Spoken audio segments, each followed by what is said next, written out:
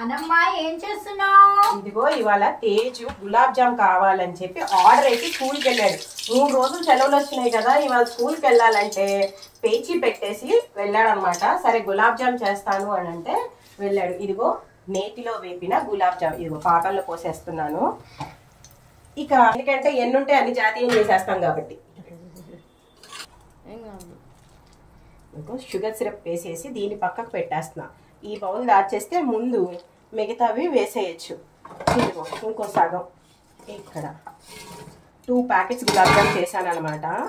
ఇక మొన్న దివాళీకి కూడా ఏమీ చేయలేదు కదా, సరే గులాబ్ జామ్ అడుగుతున్నాడు ఎప్పటి నుంచో తేజు అని ఇక ఇలా గులాబ్ జామ్ చేస్తున్నాను.